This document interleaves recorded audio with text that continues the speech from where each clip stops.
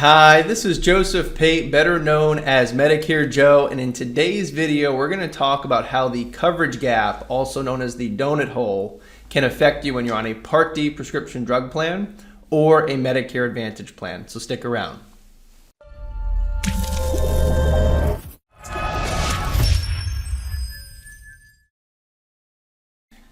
Welcome back. Again, this is Medicare Joe, and on today's video we're going to be talking about the coverage gap, also known as the donut hole, and how that can work and affect people that have a Medicare prescription drug plan as well as a Medicare Advantage plan when it comes to their prescription costs. So on this channel, periodically we will upload different Medicare educational videos. If you'd like to be notified when we do that, click the red subscribe button in the bottom right hand corner here. That'll notify you whenever we post a new Medicare educational video. So without further ado, let's dive into the information. Now, you're probably watching this video because you're curious if the donut hole or coverage gap is even going to affect you with your Medicare medication costs and prescription costs. So to first understand the donut hole, we need to go over some basic terminology of how prescriptions are actually covered when you're on Medicare. So there's 4 stages of how prescription drugs are covered on a Medicare Part D prescription drug plan or a Medicare Advantage plan. So your first stage is going to be called the deductible stage. Now this is where you're going to be paying the full retail cost of your medication before the insurance company has to pay anything on the medication. So think of this as this is your responsibility 100% in the deductible stage. The second stage is going to be called the initial coverage stage. Now here is where you're going to either have your medications at $0, so free, or you're going to be paying a small copay for your medication. So this is probably similar to what you're doing now, perhaps, where you're paying a small flat fee copay for each medication. After the initial coverage stage, you jump into what's called the coverage gap stage. This is also known as the donut hole. That term gets thrown around a lot in the Medicare world. During this stage, you're going to actually be paying 25% coinsurance for each medication. So coinsurance would be a percentage of the retail cost. And then the final stage is called catastrophic coverage stage. Now, when you're in the catastrophic coverage stage, you're actually going to be paying a 5% coinsurance for every medication that you fill. So again, 5% of the cost of the actual medication. So a lot of people will remain in the deductible stage, in the initial coverage stage. Some plans don't even have a deductible stage. You just go right into the initial coverage stage, which is nice because you're just paying, a flat copay or even no copay at all. However, for folks that are filling higher end medications or brand name medications, this is where the coverage gap, the donut hole, and the catastrophic coverage is really going to come into play. Those higher costing medications is how people get into the donut hole and get out of the donut hole. So we're going to talk a little bit about that here now with some examples. So when it comes to understanding the donut hole and how it works, it's really important to understand the term retail cost. The retail cost of a medication is what the medication's actually sold for. So it includes the cost to the insurance company as well as to you, the consumer. So let's take Eliquis as an example. Retail cost for Eliquis is going to be, let's say, $500 a month. And obviously this can change depending on the year that we're in. But let's just say it's $500 a month. So the retail cost is important when it comes to the donut hole because that's when you actually will enter the coverage gap and then enter the catastrophic coverage stage. It's based off of the retail cost of all of the medications that you fill in a calendar year. The way that it works is once you fill a total of $4,660 worth of retail cost medications, this is when you go into the donut hole, where you're paying 25% coinsurance.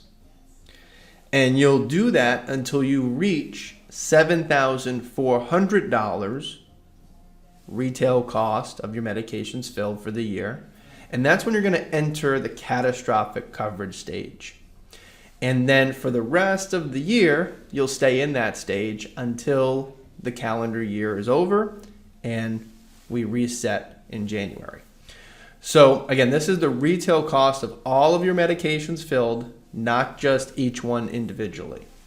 So let's see how this would actually work with a medication like Eliquis. So let's say it's the beginning of the year, just to make it easy so we can look at a full 12-month outlook of this. And Eliquis is going to cost $500 a month. So from January to September, which is 9 months, we're going to remain in the deductible and initial coverage stage, where we're just going to pay a copay. It's probably going to be like $40 a month, let's just say. Normal flat fee copay. And then in month 10, we've now exceeded the $4,660 retail cost threshold. And this is where we're going to enter the donut hole, or the coverage gap, where we have to now pay 25% for that medication. So from October through December, that cost for Eliquis is going to be a little bit higher for those months. You're looking at about $125 a month for this medication each month, because you have the $500 retail cost times 25% coinsurance. So you're paying 25% of the medication. So that's how it would work for someone that enters the donut hole, but they're not filling it enough, or filling enough medications at a high enough cost to ever get out of the donut hole and into catastrophic coverage. They're just going to go into the donut hole, and then from October through December, they'll be in the donut hole, and then in January, it's all going to reset and start on over for them for the new calendar year. Let's use a different medication. Let's say Ozempic, I'm going to use in this scenario, and it's the beginning of the year. Retail cost for Ozempic is $1,000 a month to fill. So in this example, from January through April, we're actually going to remain in the deductible and initial coverage stage, where we're just paying a flat fee copay for it. And then in month 5, so in May, that's when we would enter the coverage gap, or the donut hole, because our retail cost has now exceeded $4,660 for this medication. And we're going to pay 25% of the cost in May, so $250 a month. And we're going to do that from May through July. Now, in August, what happens is we've now accumulated a total retail cost that is higher than $7,440 for the year. So what's going to happen now is we're going to enter what's called catastrophic coverage. And in the catastrophic coverage stage, we're going to pay 5% for our medication. So for August through the rest of the year in that catastrophic stage, the Ozempic is going to actually cost us $50 per month to fill it, as opposed to $250, because we're in that catastrophic stage. So for the remainder of the year, that's going to happen from August through December. We're going to pay $50 a month. And then what happens in January is it starts all over again.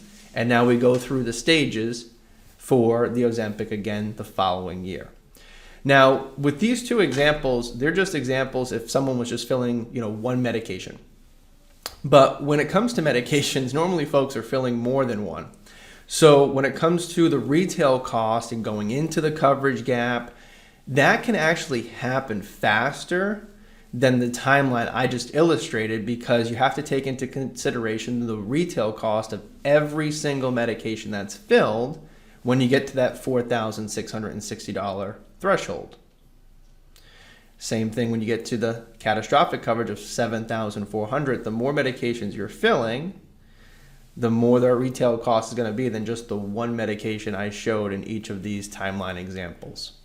So I know that There are a lot of moving parts in this video, and it can be a lot to take in. So I suggest either rewinding it and coming back and watching it through one more time if something wasn't clear.